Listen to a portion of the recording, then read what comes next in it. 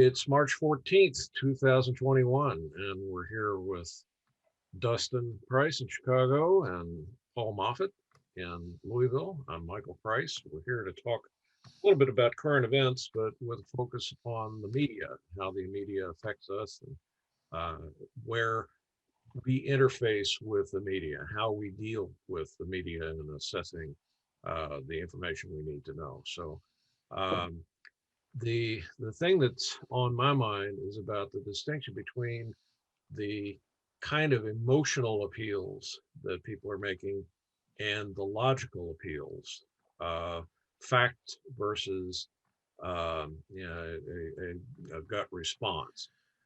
This week we had, I guess, the major story was the COVID release act, relief act, so that we're going to be getting cash in the mail, which most people are very happy to do. But we tend to get two polar opposite responses. And I think that's reflected in the vote that took place in the Senate. You're either all for it or you're all against it, with a few exceptions. But the media is not presenting this in necessarily an equal way. They're choosing sides that are related to the folks they're supporting in the Senate. So you don't see Fox News talking about too much about the benefits of this bill, what this is going to do for not just for checks in the mail, but for child care and other issues. And you don't hear MSNBC really concerned about deficit and how might affect the economy. No one's concerned about the deficit. Well, and the potential for inflation. So, Dustin, what do you think it goes on here? Is this a deliberate attempt to make the case and set the agenda and set the narrative, or is it just the fact that there are a lot of Democrats on MSNBC and a lot of Republicans on Fox? Is it flowing out of right their instincts, or are they prepping it for us in order to get us to watch their station? Is it a planned conspiracy or a natural conspiracy, as I like to call it? I know we've looked before at how when you go on to MSNBC, they're not talking about anything. Like all the things they're talking about is completely different than what they're talking about on Fox. Mm-hmm. But they all make fun of each other. So, what is going on here? And then you've got, of course, the entry into certain level types of news. I'm going to call it corporate news. Somebody like me doesn't get a job there. So there's already a bias threshold.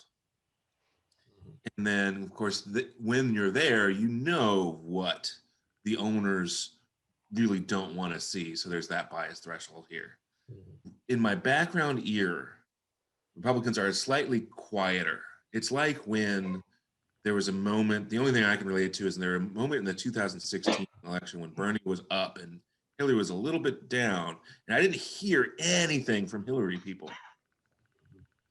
And they were just kind of quiet while somebody else got popular. And then when they can get loud, they did. So it's in a popularity contest, there are certain ebbs and flows on who can trounce. It's about trouncing other people.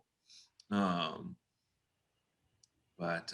we do need to really compare about where the root of a story takes place, if it gets a reaction, and what is the life cycle of a story. I think is the best way to figure it out, because they've got all sorts of biases and agendas. It's hard to tell. Paul, as we were, I don't know. As we were alluding to a couple of weeks ago, I do watch network news. Now I look at other sources and both print sources and radio and other things, but I guess on a daily basis, I probably absorb more network news, MSNBC, CNN, Fox, and so forth. Is there this same phenomenon occurring in the sources that you usually follow? In other words, do they have an opinion already formed and they simply feed the news into their hopper and spit it out the way you would expect, or is it, or are they giving two sides?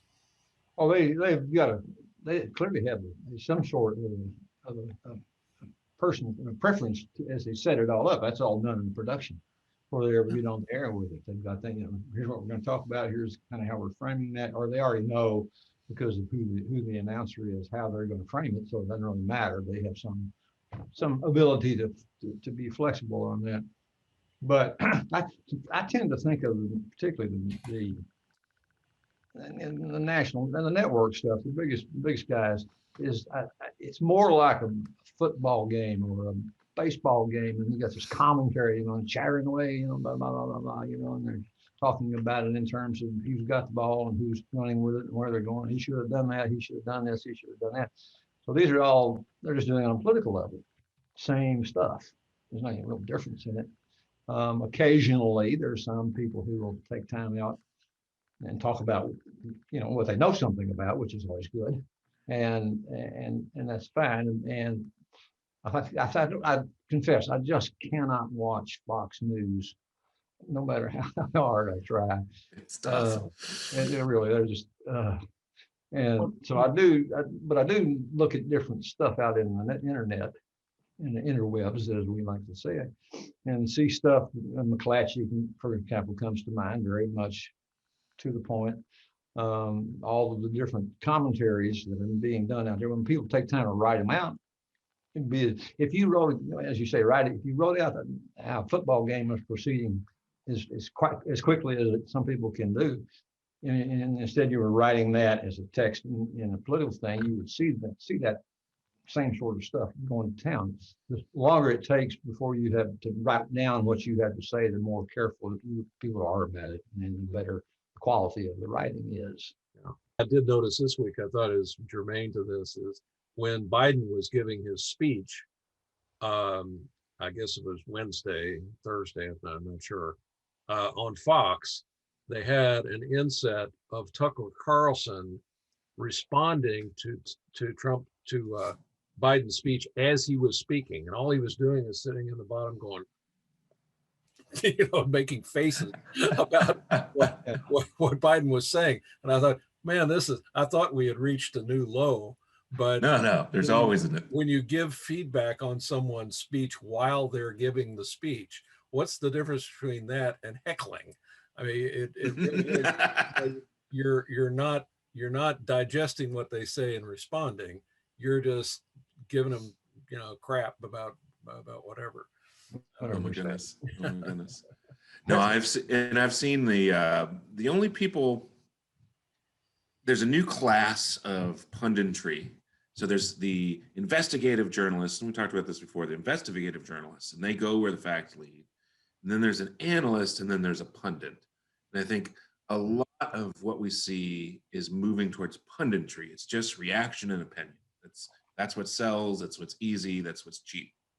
There is that analyst, and I know two analysts. It was Kyle Kulinski and Kim Iverson, and they have biases, and they're upfront with them, but they can reformulate. You can see them reformulate, and they'll go where the truth leads them. And sometimes I don't like where they go, is they're not sticking to their bias because they're being influenced by research.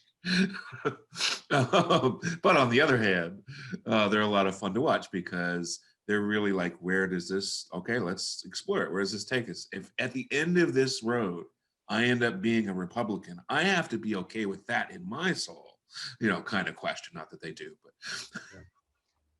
one other question we were talking about this week is, if Watergate were to occur today, if you just could set the time warp machine, and the Watergate break-in happened under today's circumstances, how would the reporting differ?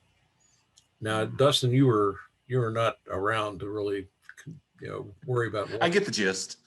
Paul and I were, and I recall it was kind of, if you saw the movie All the President's Men, they captured, I think, pretty well what Woodward and Bernstein were doing. It was entertainment. It was fictional to a great extent, but the essential thing was they were out digging up the story, and they dig up a little and they put it out, and they go dig out a little more and they put that out.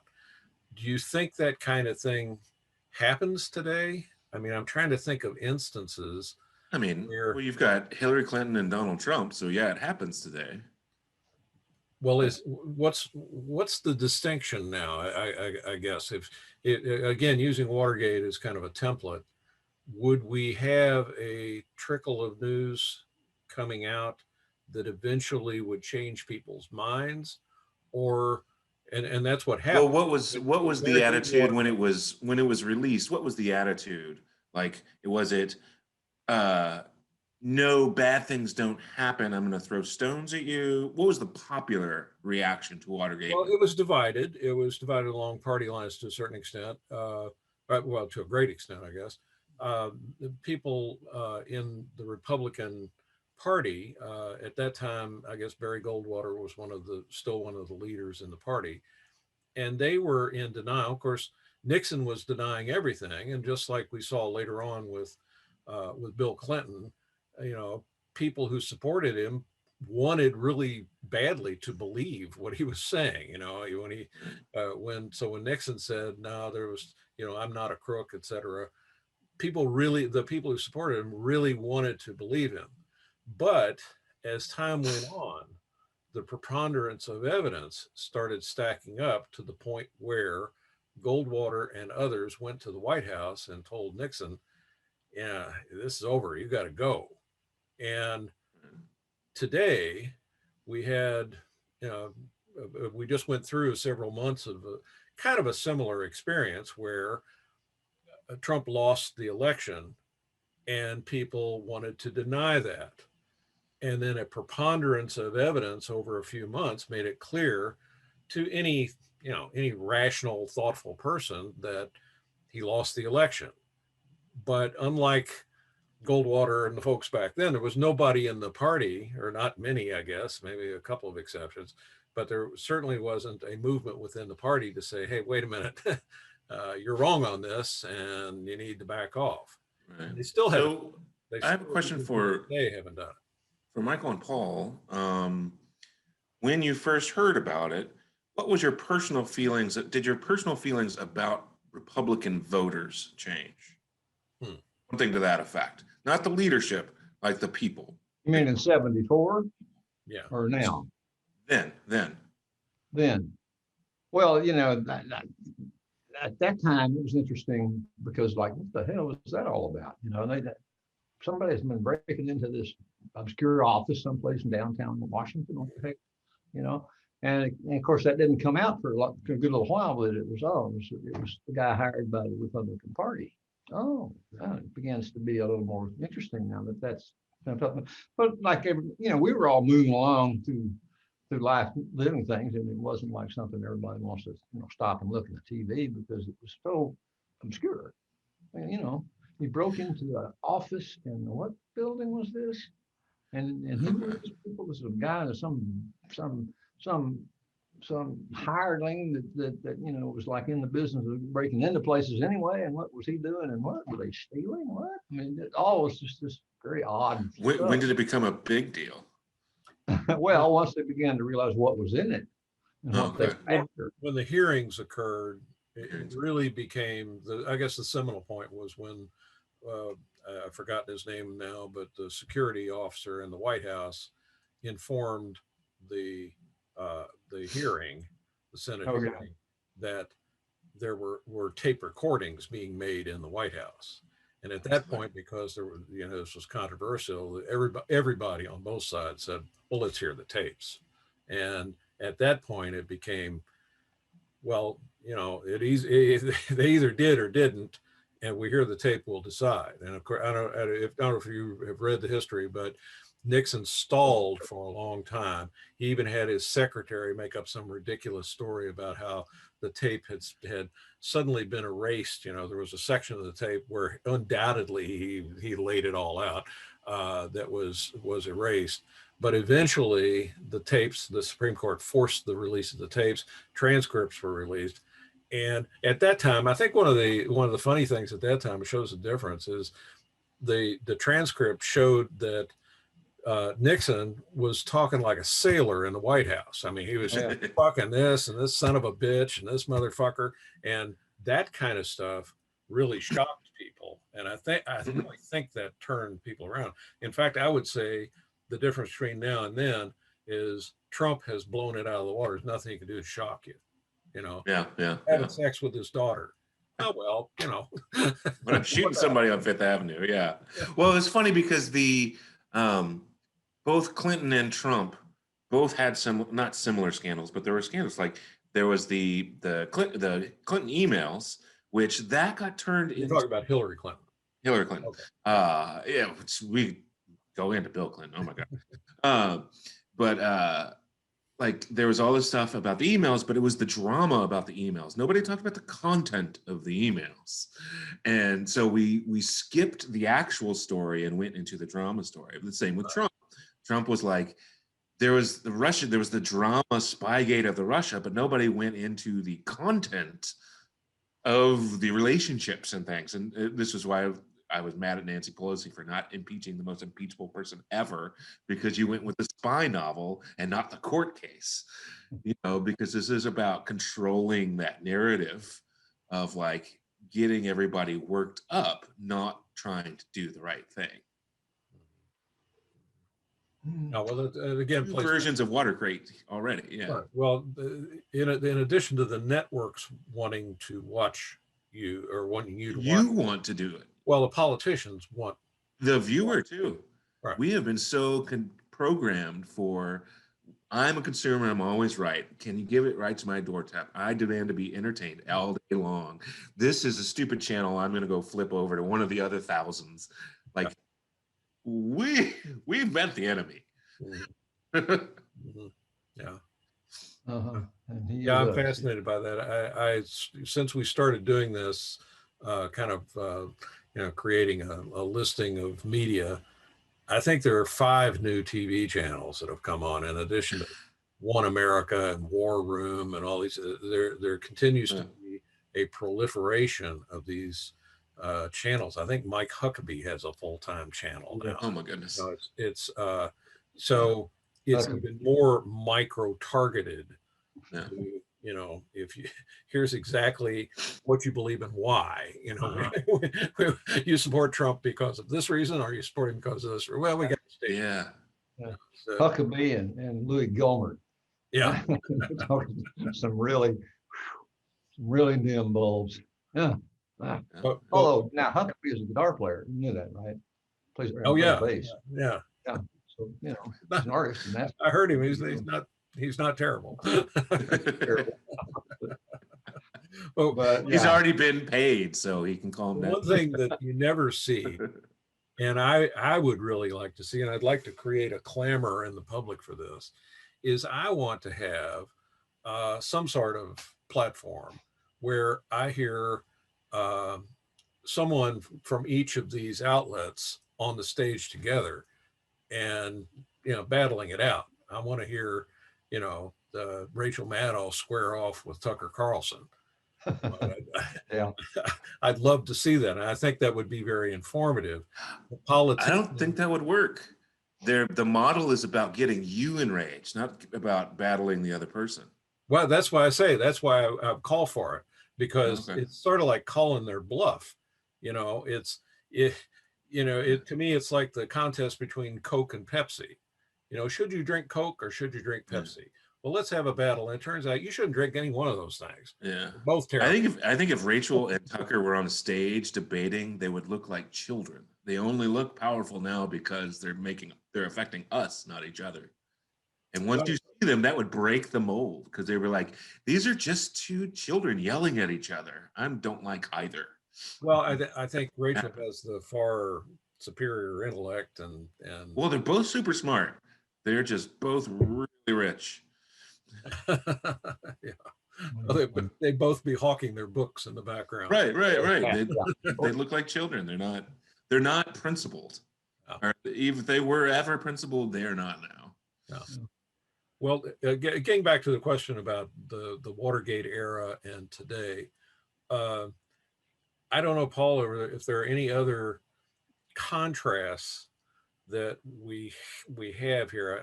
I'm struck, by something that came up, Dustin, when we were talking earlier in the week about.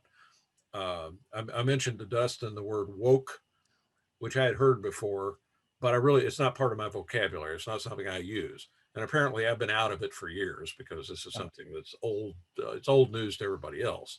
But the common language at the time, you could say something about Watergate, and there was at least a common definition for terms. Today, it seems that we're using terms. Yeah, we use the same word, but we mean different things. I would take the word liberal as one of them. What does liberal mean to us, and what does liberal mean to Mike Huckabee? It's there's a different definition, so it makes it a little harder to communicate. Do you see any instances of that where just the change in the way people talk and the way they perceive things is so different that it makes it even more difficult to come to a common ground in a divided culture? I don't know if that's a clear question, Paul, but Well, it is not, for me, it's real clear. I mean, hey, I recognize that I'm behind on the language. I mean, and I kind of note about what it is. The woke one is like, what? I don't get it quite. And it's like, okay, Karens, I got the Karens, when those, what that is, and so you pick out stuff. But what I really think about it is that this will all change and change fairly rapidly. And so a year from now, 2 years from now, that you'll be saying some other slang expression that doesn't have anything to do with what we're talking about right now, the whole woke thing, for instance. I mean, we will still be talking about how the Republicans are abusing everybody and stealing all the money. But fundamentally, besides that, how do you put people into these little slots that are slang slots? Right? I mean, really, how do you do that? Now, if you got something that somebody is making up as they talk to you, wait a minute, what are you saying here? So that, I mean, because the point is for the politicians anyway, the point is to not be clear about what you're saying. You want to make it, you want to make it impossible for people to well, understand. rather like teenagers in a high school classroom, they'll make up their own vocabulary so the teacher doesn't understand what they're talking about. That's right. Exactly so, and they're still doing that. When I was thinking about all the scandal things, I was thinking about 1954. What's his name? The Have You No Decency, Sir? No, I don't. That was McCarthy, but I McCarthy, yeah. I don't know who that was admonishing him in that way, but That was a senator, I think, at the McCarthy. time. Yeah. Yeah. So yeah, I mean that's the thing. There you have it. Nowadays people just laugh. What? No, he doesn't have any decency. What the hell? Right. Who's talking about decency here? This is a political contest. Right. Yeah. So yeah, I mean we see that we have gone considerably downhill. Yeah. The last half century. Which is not, that's to you and me, Michael, that's not very much anymore. Half a century is like, oh wait, what? I just got up. Yeah, so I don't know. I mean, how do we communicate when you're in the business of making sure that nobody understands what it is you're saying, except to agree with you? Buy my stuff. Now I don't know if you can see this. Now, can you see my screen here? Yeah. Now this is the very center of this diagram. I realize it's different, so I'm on the wrong image. But this is what I've been noticing.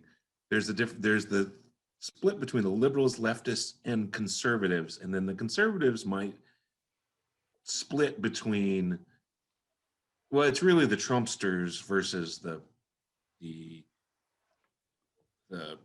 rich people. But it's like you have to do these in Venn. So I have to go find the right Venn diagram. But it's kind of like I love the outside is what I brought this up for. Yeah. The conservatives can't tell leftists and liberals apart. Totally true. The liberals think leftists and conservatives are equally bad. Totally true. The leftists don't bother telling conservatives and liberals apart.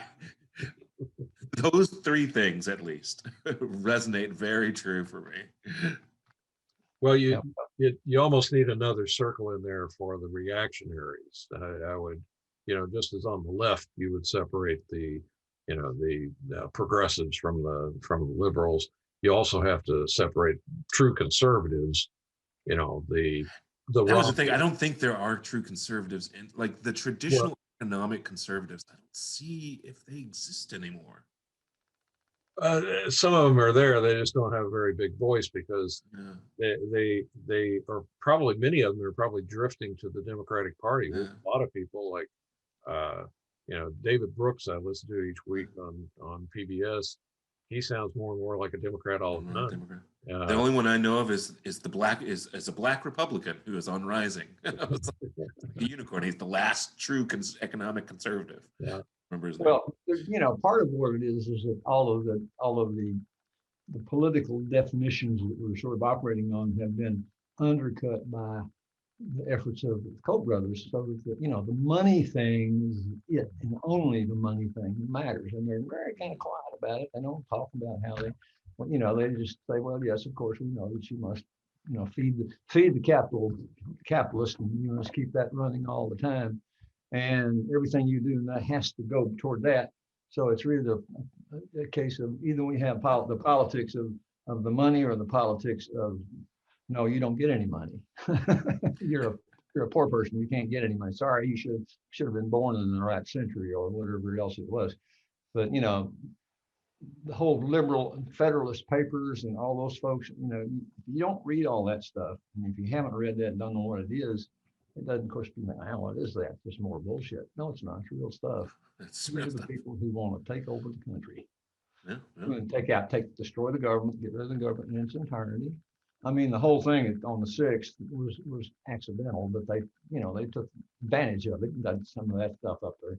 So now they have a military of sorts, and that's what the hard those folks are into. They're into the military, and they're into the stock market, and they're into the justice system as it does the job of crushing going them. as far as they can go. Yeah. Yeah, And that's yeah. it. If you can't play in that game, too bad.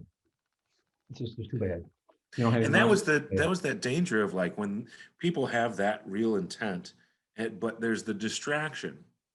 And I've noticed the distraction in the news is what we've been talking about. Of like, I would like to get a timer out for Rachel Maddow from when the truth gets like when she mentions the truth. How long does it take for her to distract from the truth?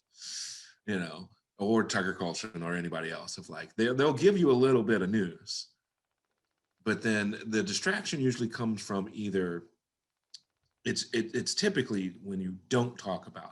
So it's like all the leftist things I'm interested in aren't even glanced at in corporate news. So it's ignoring it is the main tactic. And then so something comes out, well, let's find the biggest, and it can be innocuous, I guess. So let's find the biggest punch for it. So I'm a news programmer, so I want to find the sexiest version of what scandal you just told me. I'm like, well, what about the truth and the impact in the Constitution? No, sexy. I need sexy. Versus our bosses aren't going to like that. We need sexy instead. Let's find something else. Will sexy work? So it's that. I want to put my mind. I want to be in that newsroom, in the producer's room. That's what I want. See what happens. Well, that's where they're doing. That's where the action happens. I think about the national news. One of the ones that gets me always from ABC on Friday night is as predictable as you can possibly be, because that's where they have the real serious tearjerker. Something really nice happens, or something really horrible happens, and then it's redeemed by something really nice, and then they all come around and say thank you. Up and down, up and down. Yeah. It's like that's when I turn off the TV.